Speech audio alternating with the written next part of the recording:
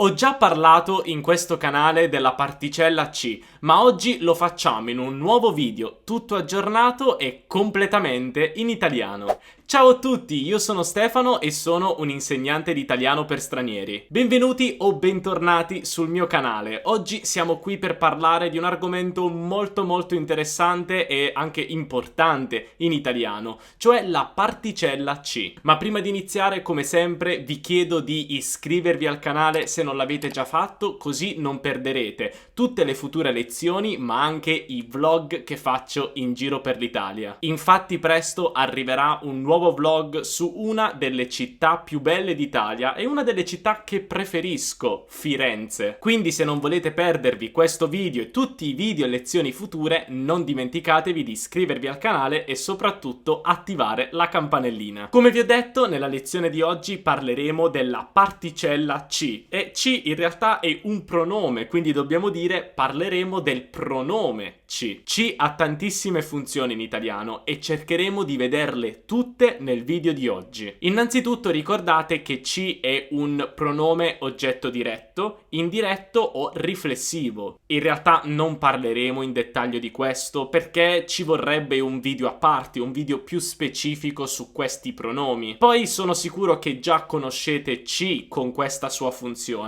Però comunque vi do alcuni esempi giusto per capire meglio come si usa C in questo senso. Per esempio, se io voglio dire chiama noi più tardi, quindi io dico a te di chiamare noi più tardi, posso dire chiamaci più tardi. In questo caso il C è un pronome oggetto diretto. Oppure, nel caso di un oggetto indiretto, posso dire Luca ha mandato una lettera a noi. Luca ci ha mandato una lettera. Luca ci ha mandato una lettera. E per finire possiamo avere anche C nel senso riflessivo. In questo caso possiamo usare un qualsiasi verbo riflessivo, per esempio divertirsi, e coniugarlo alla prima persona plurale. Per esempio, ci divertiamo alla festa.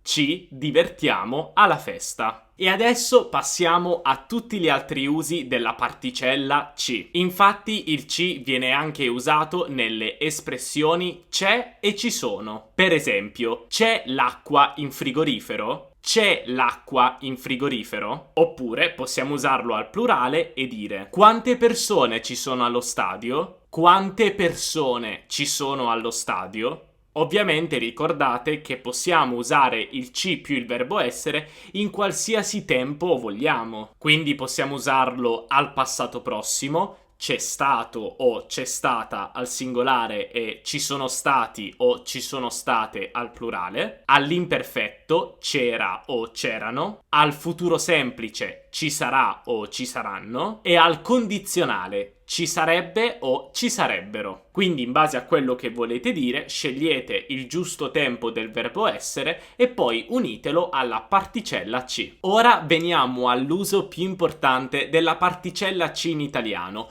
cioè quello di sostituire una espressione di luogo introdotta dalle preposizioni a, in, su e da. Infatti C è l'unico pronome in italiano in grado di sostituire un luogo, nel senso di un movimento verso un luogo, oppure un movimento su un luogo, e così via. Vediamo però subito alcuni esempi per capire meglio. Il primo esempio che ho pensato per voi è andremo in Italia la prossima estate. Andremo in Italia la prossima estate. In questo caso io posso sostituire la parola Italia, perché in questo caso Italia è una parola introdotta da una preposizione, in questo caso la preposizione di luogo in. E dato che in Italia è un'espressione di luogo, possiamo usare la particella o il pronome ci per sostituirla. Quindi posso anche dire ci andremo la prossima estate. Ci andremo la prossima estate. Da quanto tempo abiti a Roma? Da quanto tempo abiti a Roma? Posso rispondere a questa domanda dicendo ci abito da 3 anni. Ci abito da 3 anni. Cioè abito a Roma da 3 anni. E se ci pensate, questo ha molto senso, perché stiamo usando la particella C per sostituire di nuovo un'espressione di luogo, introdotta in questo caso dalla preposizione a. Sei mai salito sul Pincio? Sei mai salito sul Pincio? Sì, ci sono salito l'ultima volta che sono andato a Roma. Sì, ci sono salito l'ultima volta che sono andato a Roma. Il Pincio è un monte che si trova a Roma ed è possibile salire e godere di una vista panoramica della città bellissima. Ci sono salito l'ultima volta che sono andato a Roma e ho fatto anche un vlog che, se volete, potete guardare cliccando qua o anche nel link sotto in descrizione. Però, come avete capito, io in questo caso sto sostituendo sul Pincio un'espressione di luogo introdotta dalla preposizione su con la particella ci. E adesso vediamo l'ultimo esempio.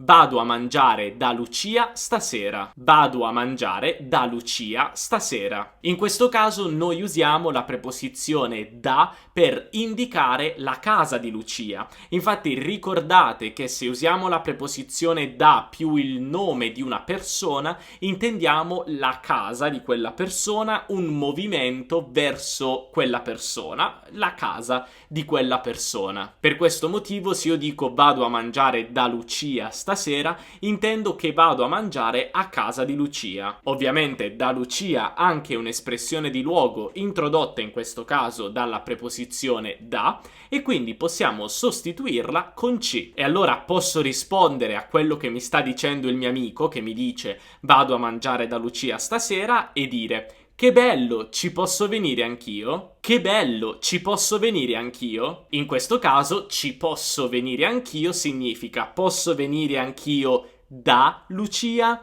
a casa di Lucia? Ok, spero che fino adesso sia tutto chiaro, ma ricordate che la particella ci viene anche usata per sostituire espressioni introdotte da un'altra preposizione, la preposizione con. Infatti, quando in una frase abbiamo un nome di persona oppure una parola introdotta dalla preposizione con, possiamo sostituire quell'espressione con il pronome ci. Per esempio, esci con Cristina stasera? No, ci esco domani perché oggi non mi sento bene. No, ci esco domani perché oggi non mi sento bene. Quindi in questo caso, quando dico no, ci esco domani, intendo no, esco con Cristina domani perché oggi non mi sento bene. Ora ricordate che la cosa più bella di questo è che ci è un pronome invariabile, quindi non importa se esco con Cristina, Luca, tanti amici, un amico, un'amica, ci rimarrà invariato, è sempre lo stesso. Un'altra frase che posso dire è: ho portato la farina a mia madre e lei ci farà una buona pizza. Ho portato la farina a mia madre e lei ci farà una buona pizza. In questo caso io sto dicendo che mia madre farà con la farina una buona pizza, quindi sto usando il ci per sostituire l'espressione con la farina. Poi ricordate che il ci si usa in due espressioni idiomatiche molto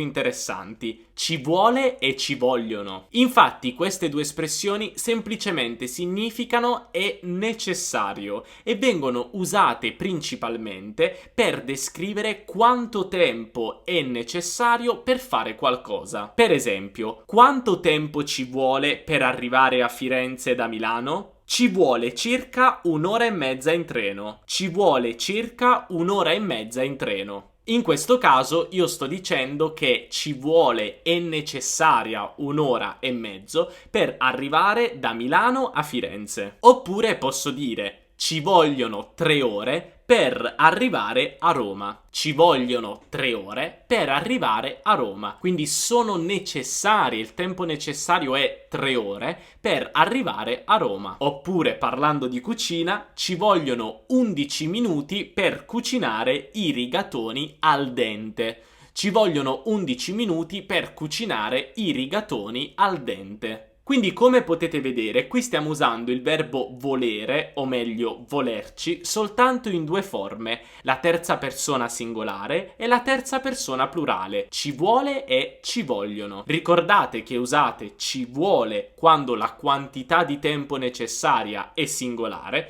per esempio un'ora, un minuto, un giorno, e invece usate ci vogliono quando la quantità di tempo è plurale, per esempio 2 ore, 3 ore, 3 giorni, 30 minuti e così via. Ma adesso, prima di finire questo video, voglio raccontarvi un'ultima funzione molto colloquiale e molto utilizzata in italiano del C, ovvero il cosiddetto C di proprietà. Il C di proprietà è un C che noi aggiungiamo in italiano per enfatizzare il fatto che noi possediamo o non possediamo qualcosa. Per esempio, se io voglio chiederti: hai una penna rossa? Hai una penna rossa? Ma tu non hai una penna rossa. Come potresti rispondere a questa domanda? Potresti facilmente dire: no, non ho una penna rossa. Però forse sarebbe meglio sostituire penna rossa con un pronome. Dato che penna rossa è un oggetto diretto, dobbiamo usare la. La è un pronome oggetto diretto, è femminile e singolare, quindi è perfetto per sostituire una penna rossa. Ma così noi dovremmo dire: no, non l'ho,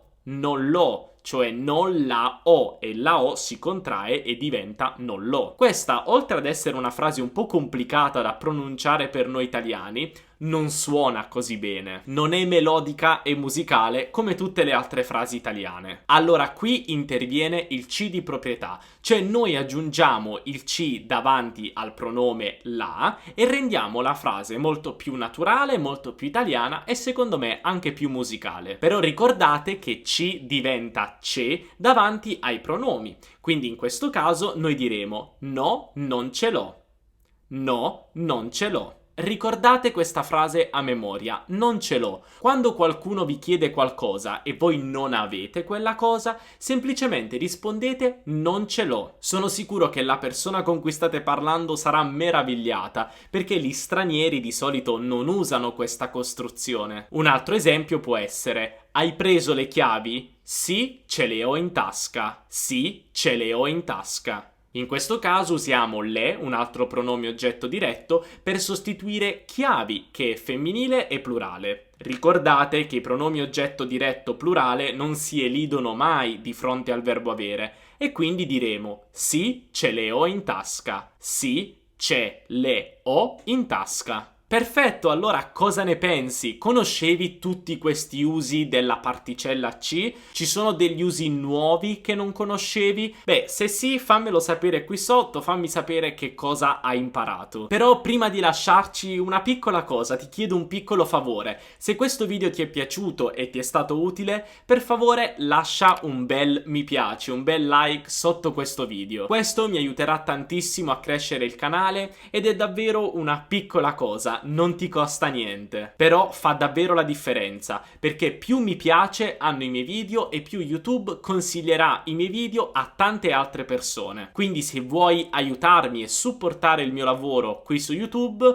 basta lasciare un bel mi piace. E poi, come ti ho detto, tra poco ci sarà un video su Firenze, e quindi se vuoi anche supportare i miei video in giro per l'Italia e aiutarmi anche a sostenere tutte le spese, beh, è molto facile, puoi offrirmi un caffè a Firenze. Per farlo è molto facile, troverai un link in descrizione per offrirmi un caffè. Per il video di oggi noi abbiamo finito, non dimenticare anche di seguirmi sulla mia pagina Instagram Teacher Stefano per non perdere nessun aggiornamento e anche di iscriverti al canale per non perdere nessun video. Noi ci vediamo nella prossima lezione, un abbraccio dall'Italia, ciao!